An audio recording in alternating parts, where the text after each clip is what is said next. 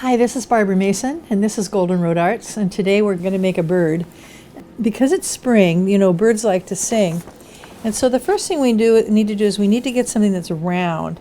And so you think, how can I cut something round? Well, if you have a plate or a bowl or something, you can draw around it. But what if you don't have that? So what we're going to do, the first thing we're going to do is we're going to take our paper and we're going to fold it like this, make a square so that we've got exactly an even piece. Just going to fold it like this.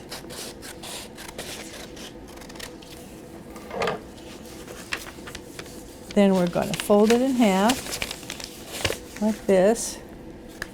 And this is a way you can make a circle. It doesn't matter how big it is. As long as you start with a square, you can make it into a circle.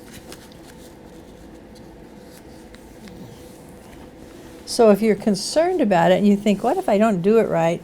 You could take a crayon and you could say, okay, let me just draw a circle here. What would it look like if it was part of a circle? Would it look like that? If you were looking at the moon and you just saw the edge of it, wouldn't it just look like that? The moon is a big circle. So we're going to just make this into a circle now. So this circle is going to be our template.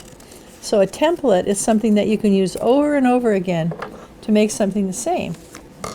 So now when we open it up, it's a pretty darn good circle. Okay, so we're going to put this in our scraps.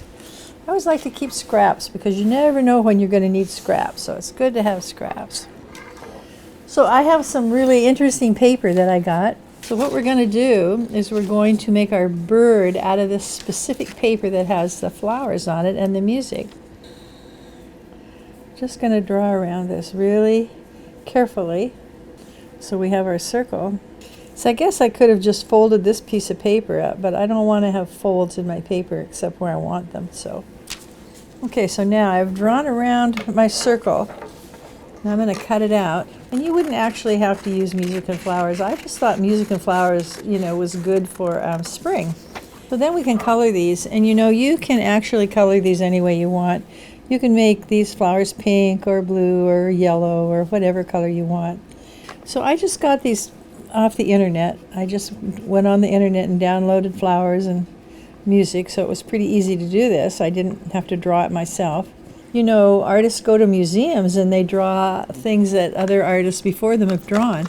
And it's a good thing to do that because that's how you learn. You can see what other artists did and you say, oh, I like the way they did that, and then you can do the same thing. Eventually, you know, you want to do your own thing, but at the beginning it's certainly okay to go and draw and follow what other people have done. Okay, so now we have our flowers on one side and we have our music on the other side. I don't want this music to just be white though. I think if this is a bird, I think I'll get a bird color. Maybe I'll get a blue-green. Oh, blue-green sounds good. And I'm going to just really lightly color this so that it's not just white.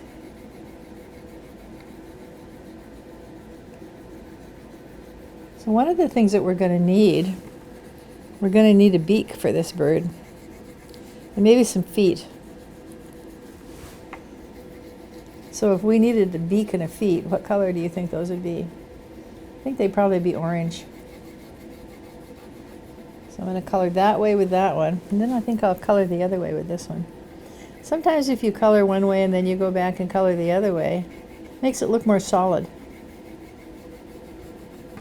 We've colored our music. Now what I'm going to do to make this bird is I'm going to fold over a wing. And should I put the music in the back or the front? I think I'll put the music in the front and I'll put this in the back. Okay, so this is going to be our bird's wing right here. We're going to fold it like that. Then we're going to take a piece of orange. I just happen to have a little orange left for my...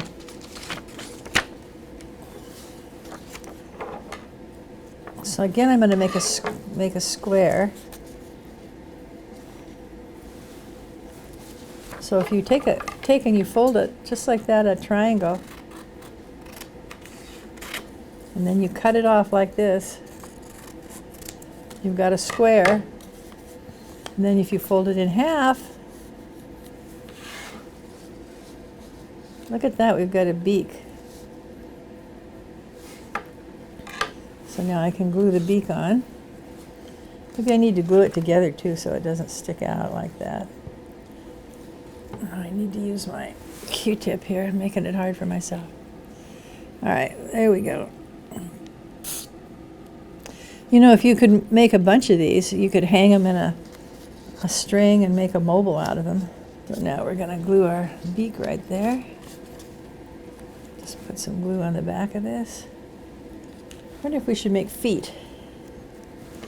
You know, that's the magic of being an artist. You can decide things as you go along, and you can change your mind. I think he needs an eye too. Let's get our black marker here and let's make him an eye.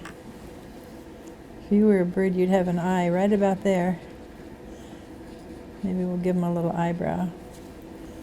Well, there is his eye. And now what about feet? And we could just do this.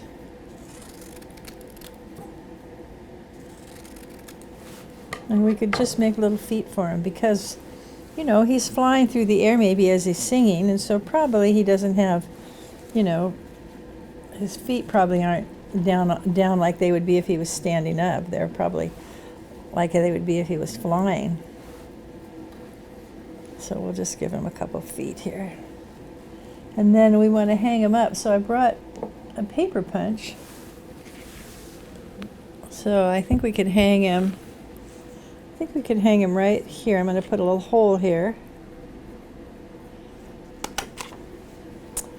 And then one thing we could do too, I didn't show you this, but you could take and fold this the other way, and you could make the music on the outside instead of on the inside. It wouldn't make any difference because it's your work. You could do it any way you want. And you could just have a color on one side and the music on one side. And I brought a piece of string here. This is just some yarn I had that I'm gonna, there we go. So you can cut a piece of yarn like this, and you can get the two ends together like that. And then if you can kind of twist them together, just twist them, twist them, twist them, twist them, maybe a little spit. And then put them through the hole like that. And then this piece back here, I'm going to put it through this one. See how I did that? Now I'm going to be able to hang it up. So there's my bird, my spring bird, where there's little music, so you can see that he's singing all those notes, and he's got flowers on the other side. A good thing for spring.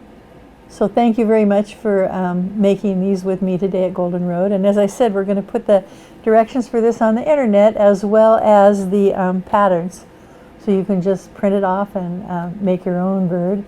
And if we had 2 or 3 of these, we could hang them all together, one on top of the other. It would be very fun to do that.